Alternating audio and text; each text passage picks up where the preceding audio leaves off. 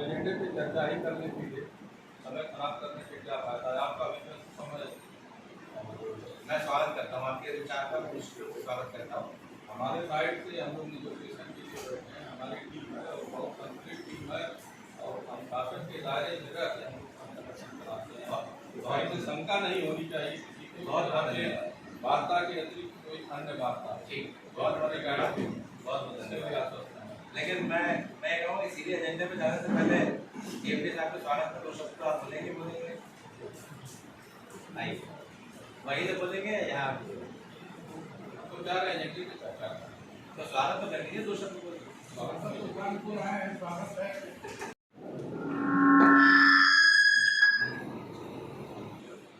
आज के इस लोको अस्पताल प्रांगण के कमेटी हॉल में उपस्थित एनसीआर जोन प्रयागराज के प्रमुख मुख्य स्वास्थ्य निदेशक महोदय, उपमंडलीय चिकित्सालय कानपुर के सम्मानित सीएमएस महोदय, एसीएमएस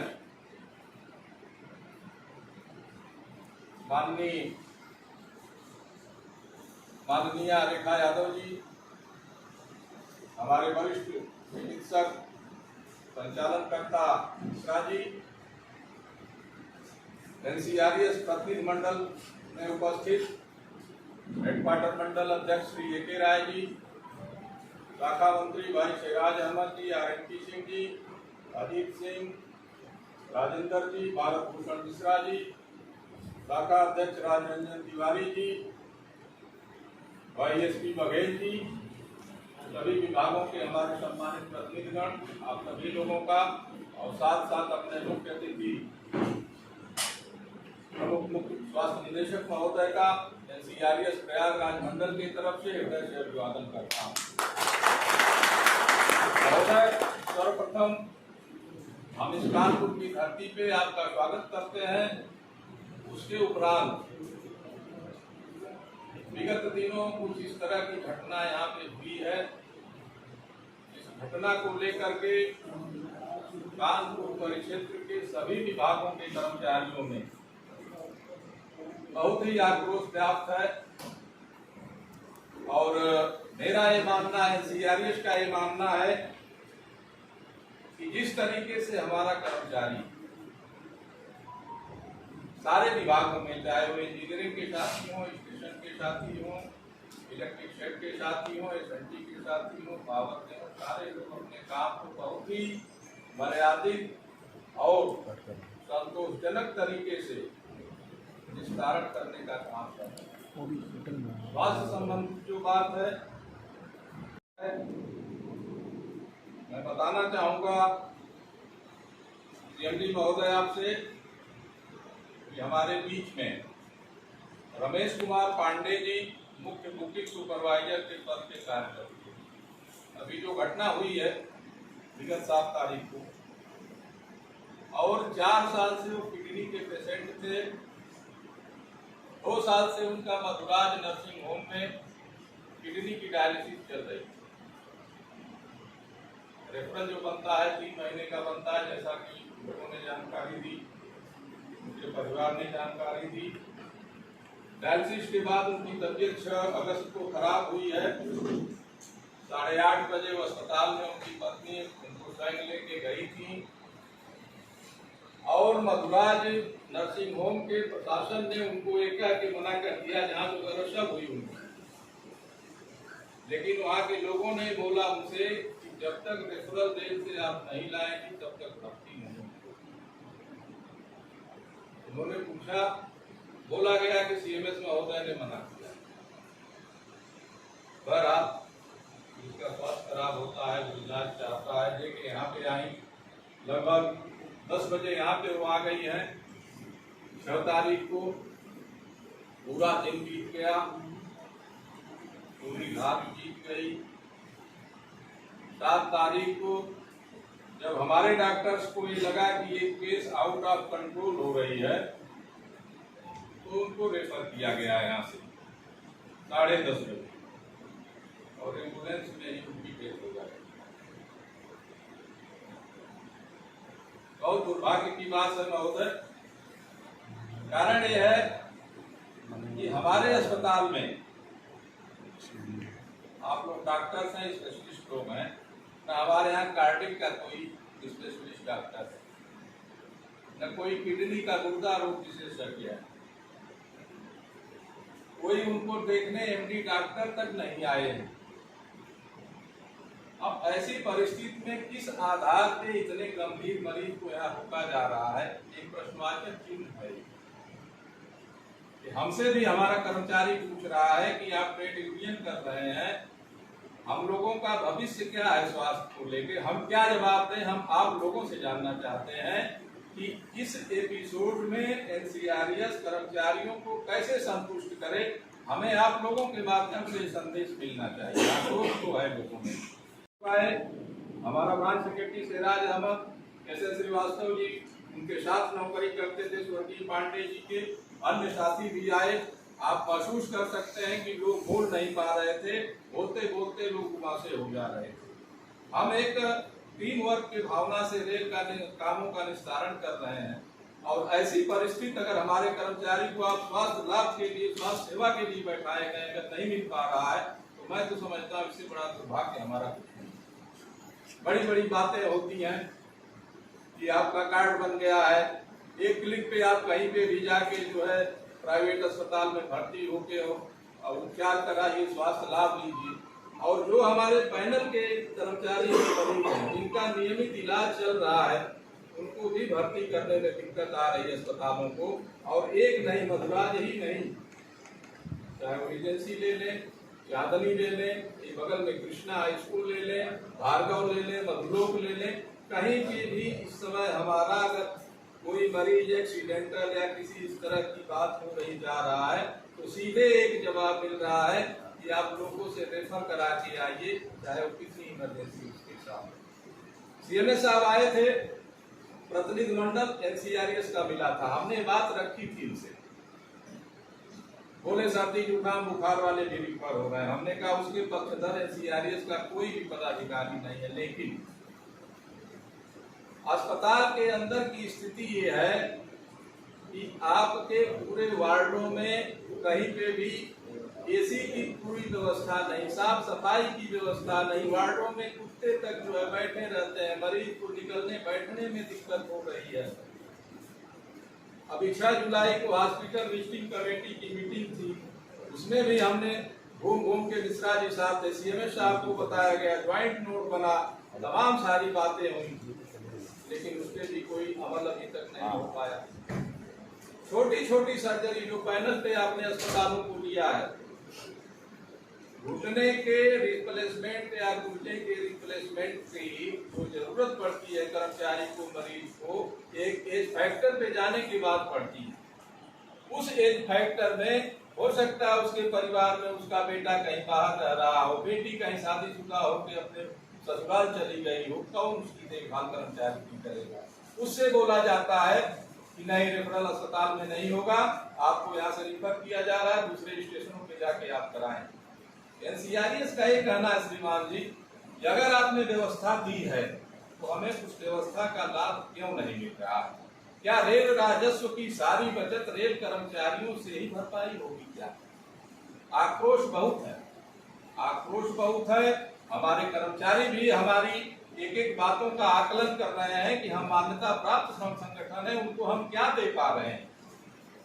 आप आए हैं, बहुत अच्छी बात है, आपका वेलकम है, लेकिन ये जो स्वर्गीय आर.के. पांडे जी का जो मामला है, ये मानवीय दृष्टिकोण से चाहे किसी भी दृष्टिकोण से आप देख लें, हम किसी के ऊपर आरोप नहीं लगा रहे हैं, लेकिन हमें कहने में भी कोई संकोच नहीं है कि हमारे रेल प्रशासन के जिम्मेदार लोग, जिम्मेदार डॉक्टर लोग अगर गंभीरता से आप अपने मरीजों को, अपने कर्मचारियों को लेने का काम करते, तो शायद ये घटना जो दिन घटित हुई है ये टाली जा सकती है। हम भगवान नहीं हैं, आपको भगवान हम मानते हैं। अगर समय से इलाज होता, मर जाता, तो यह आक्रोश नहीं था, लेकिन आज आक्रोश है महोदय। हमारी ये मांग है साहब कि इसकी उच्च स्तरीय कोई कमेटी बैठा के जांच करें। अगर मधुराज नर्सिंग होम दोषी है, उसके खिलाफ जो भी कार्रवाई होती है आप उसके खिलाफ करें। अगर रेल प्रशासन अगर दोषी है तो आप जांच करावें और हाई पावर कमेटी से जांच इसकी होनी चाहिए, इसलिए कि कर्मचारियों में आक्रोश है। अगर कुछ इसके समय रहते कोई क्रिया नहीं हुई, कोई एक्शन नहीं हुआ, तो आप निश्चित मान के चलें कि ट्रेड यूनियन एक्ट के अंतर्गत हम हिंसात्मक कार्रवाई में विश्वास नहीं करते, हम कोई इस तरह का काम नहीं करेंगे कि रेल का नुकसान हो, लेकिन ट्रेड यूनियन एक्ट के अंतर्गत जो भी हमें अधिकार दिया है रेलवे बोर्ड ने, हम उसके अंतर्गत सौम्य तरीके से, अहिंसात्मक तरीके से आंदोलन चलाने को बाध्य होंगे। महामंत्री जी को भी हमने इस मामले से अवगत करा दिया है। तो मेरा आपसे भी अनुरोध यही है कि इसको बहुत गंभीरता से लेने की जरूरत है कि इस तरह की केस की पुनरावृत्ति न हो। महोदय, इसी के साथ साथ एजेंडा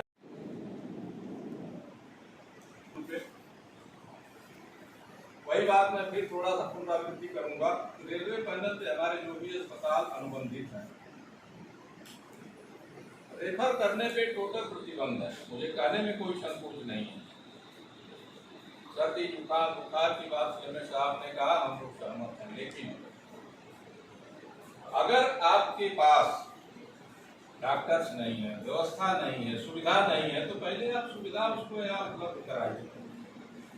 सुविधा नहीं है, जबरदस्ती मरीज भर्ती होंगे, कैसे आप इलाज करेंगे? तो घटनाएं होती रहेंगी। ये गंभीर विषय है सर, इसको देखने की जरूरत है। दूसरी हमारी मांग है कि अस्पताल का जो परिसर है छोटा है, कर्मचारियों के हिसाब से 8-9 हजार हमारा वर्किंग हेड कर्मचारी है, उनके कम से कम फैमिली में 4 सदस्य हैं, कर्मचारी को लेकर के रिटायर्ड हेड कर्मचारी हैं। तो इसके लिए उत्तर साइड में जो ऑक्सीजन प्लांट आपका बना है, इधर एबांडेड रेल कॉलोनियां हो गई। हमारा आग्रह यही है कि जो परिसर है इसकी बाउंड्री को और आगे तक बढ़ा दिया जाए, ओपीडी की व्यवस्था उधर करा दी जाए, वाहन स्टैंड की। अगर ये हो जाएगा तो कर्मचारियों को काफी जो है सुविधा मिलेगी। तीसरा इशू हमारा है एसी की व्यवस्था।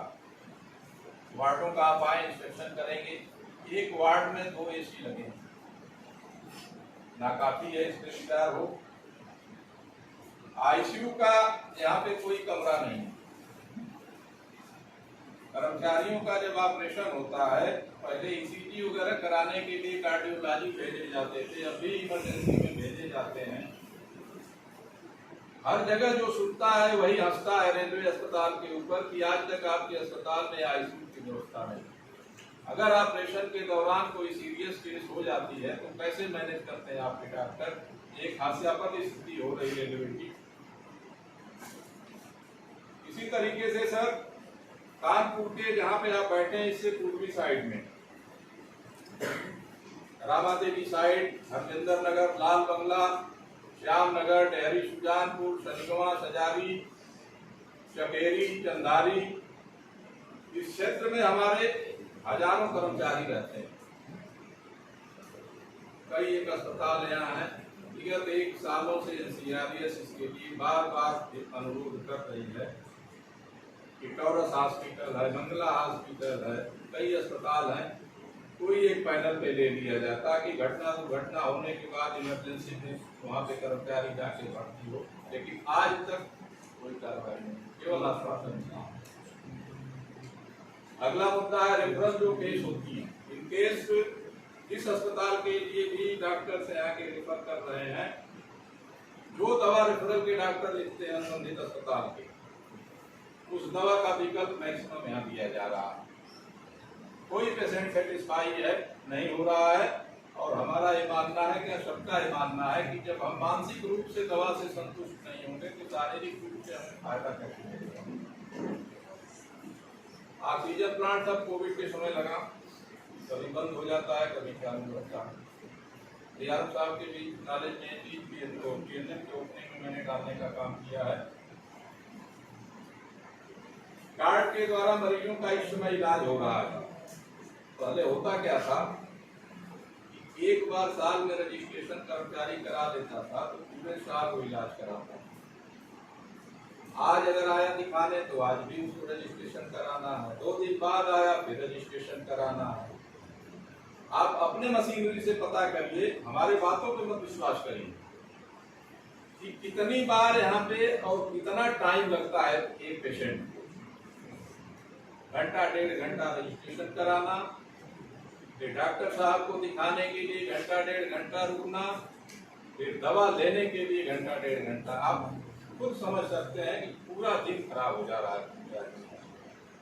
तो हम तो ये मांग कर रहे हैं, आपके माध्यम से आपसे मांग कर रहे हैं कि या तो इस व्यवस्था को खत्म किया जाए, या तो अगर व्यवस्था खत्म करने में दिक्कत है तो हमें रजिस्ट्रेशन का काउंटर और दवा का काउंटर बढ़ा दिया जाए ताकि हमें सुविधा मिले। सर्जरी की जहां तक बात है साहब, मैंने अभी बोला, आपको फिर रिपीट कर रहा हूँ, एजेंडे में भी है। घुटने की सर्जरी के लिए कई एक हमारे ऐसे कर्मचारी हैं, रिटायर्ड हैं, जो इलाहाबाद तक नहीं जा सकते, दिल्ली तक नहीं जा सकते। कानपुर में व्यवस्था है, पहले होता भी था, लेकिन क्या दिक्कत हो गई कि आज उनको जो है रेफर नहीं किया गया। 1 साल हो गया, 1 साल से पेशेंट तकलीफ होती है इसलिए कि हम रेल के पार्ट हैं, आपके पार्ट हैं, और कहीं न कहीं हमें पीड़ा इस बात की होती है। कर्मचारी बताता है, हम अपना निवेदन आपके पास लेके आते हैं और यहाँ से अगर हम असफल होते हैं तो कर्मचारी को जवाब देने में हम अगली झांकने लगते हैं। तो ये सब स्थितियां हैं, इस पे विचार हो। एक सर और जोर दिया जा रहा है एक मामले पे, ठीक है, हम स्वागत करते हैं, रेफर की व्यवस्था बंद होना चाहिए, हम भी आपके पक्षधर हैं, लेकिन आप यहाँ से व्यवस्था दें। हम एजेंसी मधुराज क्यों जाएंगे? हमारी डायलिसिस से यहाँ कराइए, आप स्पेशलिस्ट डॉक्टर ले आइए, कार्डिक सर्जन ले आइए, कार्डिक के डॉक्टर ले आइए, ये वार्ड की व्यवस्था ऐसी कराइए कि ताकि हमारा कर्मचारी आए तो कम से कम उसको गर्मी से 50% तो राहत तुरंत मिल जाए। हम क्यों जाएंगे? सारी व्यवस्था हमें दे दीजिए, हमें कोई हमारा आदमी नहीं जाएगा, कोई कर्मचारी नहीं जाएगा, लेकिन हमें व्यवस्था तो आप दें। व्यवस्था के नाम पे तो यही है कि हम बंद कमरे की मीटिंग कर रहे हैं, वार्डों में सोते रहते हैं, रात में दिन में अगर पेशेंट उतरना चाहे तो घुर्राहट के अलावा और डंडा रखने के अलावा कोई रास्ता नहीं उनके पास। ये स्थिति है हमारे अस्पताल की। बोला जाता है जनरल सर्जन हमारे पास है, हमारे पास जनरल सर्जन है। सर्जरी के लिए आदमी आज के युग में साहब आधुनिक युग है, कौन आदमी नहीं चाहेगा कि हमें दूरबीनी ऑपरेशन हो, लेप्रोस्कोपिक व्यवस्था से हमारा ऑपरेशन हो। कौन 1 फुट अपना पेट फड़वाना चाहेगा, कौन बड़ा चीरा लगवाना चाहेगा। तो हम तो ये मांग सीएमएस महोदय से भी किए थे कि ठीक है, हमारे पेशेंट को आप मत भेजिए बाहर, आईसीयू की व्यवस्था है, बंदोबस्त सही ढंग से करा दीजिए। लेप्रोस्कोपिक सर्जन आप हायर कर लीजिए मार्केट से, एक ही दिन कराइए ऑपरेशन लोगों का। क्यों हम बाहर जाएंगे? हम नहीं जाएंगे बाहर, लेकिन हमें संतुष्टि तो मिले, हमारे लोगों को संतुष्टि तो मिलनी चाहिए। अगला है साहब, रेलवे अस्पताल में इमरजेंसी में भी कोई अगर कर्मचारी मरीज आता है तो यहाँ का स्टाफ उसे गेट पे अटेंड करने नहीं जाता। और उसके बाद क्या होता है कि अस्पताल में भर्ती होने के बाद भी शुगर बीपी का जो नियमित जांच होनी चाहिए वो जांच नहीं हो रही। ये बातें एनसीआरएस साहब के फोरम पे ले आने से पहले जो लोग भर्ती हुए हैं उनकी व्यथा एक एक करके हमने नोट किया है, तब आपके सामने लाए हैं और इस उम्मीद से लाए हैं कि आज एक इसका निस्तारण होगा, कम से कम नहीं पूर्णतया होगा तो आंशिक तो हो ही जाए, कम से कम संतुष्टि हो लोगों को। पानी की व्यवस्था, अभी कूलर खराब हो जाएगा, एक वाटर कूलर है तो बाहर से पानी ले आके पी जाएंगे। मरीजों की कंप्लेन है, कुत्तों का आतंक मैं बता ही चुका है आपको। जो है शाम के टाइम ओपीडी चलती है 4 से 5, डॉक्टर लोग बैठते हैं, दवा लिखते हैं, जांच अगर करानी होगी उसकी जांच नहीं हो पाती, इसलिए कि शाम को लैब भी बंद रहता है, लैब में कर्मचारी नहीं है, लैब का स्टाफ कम है, एक टाइम वाला ही लैब का भी सुपरिटेंडेंट और कर्मचारी करते करते इतना थक जाते हैं कि दूसरे टाइम उनकी स्थिति नहीं रहती है कि क्यों करें, इसके लिए अल्टरनेटिव व्यवस्था आप करें। जो जांच होती है, जांच की भी एक काफी पेशेंट को दी जाए, कार्रवाई हो रही है, जांच की जो रिपोर्ट को आपको बता दी जाती है कर्मचारी को, जबकि उसके पास कुछ रिकॉर्ड होना चाहिए। तो सर इस तरह की सब समस्याएं हैं। कॉलोनियों की स्थित परिस्थिति ऐसी है, ये सब स्थितियां ऐसी हैं कि ये बहुत गंभीर होती जा रही है। और हमारा ये मानना है और हम सदैव ये मान के चलते हैं, श्रम संगठन मान्यता प्राप्त श्रम संगठन होने के नाते हम आपके एक पार्ट, हम आपके सहयोगी हैं, आपके दुश्मन नहीं है। मुझे कहने में कोई संकोच नहीं है कि स्वर्गीय पांडे जी का देहांत हुआ, संबंधित शाखा मंत्री ने आपको नोटिस दिया सीएमएस साहब कि हम आक्रोश जाहिर करेंगे कर्मचारियों की तरफ। हमारे पास और क्या रास्ता है? यूनियन करने के नाते हमारे पास और कौन सा रास्ता बताएं आप? हम झगड़ा आपसे कर नहीं सकते, वो हमारे अधिकार क्षेत्र में नहीं है, मानवता के विरुद्ध है। हम आपसे कोई इस तरह का काम नहीं करेंगे, कोई झगड़ा फसाद नहीं करेंगे, लेकिन ट्रेड यूनियन कार्रवाई के अंतर्गत हम ये तो कर सकते हैं ना कि अपना आक्रोश जाहिर करें। और रेल की मान्यता प्राप्त यूनियन आपके सामने आक्रोश जाहिर करने आ रही है, रेल बाजार थाना आके खड़ा हो रहा है, आरपीएफ की फोर्स आप बुला रहे हैं, हमसे क्या है आपको है? क्या कभी कुछ इस तरह का हुआ है आपके साथ या आप में से किसी के साथ हुआ है? हम एक श्रम संगठन चला रहे हैं, अगर अब विश्वास की भावना इतना पैदा हो रही है तो या तो मेरा तो मानना है या तो आपके मन में कोई भय है, और भय होने का मात्र एक कारण होता है कि गलत आदमी होता है तो भय होता है। मुझे कहने में कोई संकोच नहीं, इसलिए कि मैं अपनी पीड़ा बता रहा हूँ। रेलवे का संगठन, रेलवे के अधिकारी और हमारे बीच में सिविल फोर्स आके खड़ी हो। मैं कह रहा हूं कि आप लोगों में से किसी के साथ भी एनसीआरएस ने किसी भी स्तर पे कोई इस तरह की बात भी बोली हो तो बताने की जरूरत है।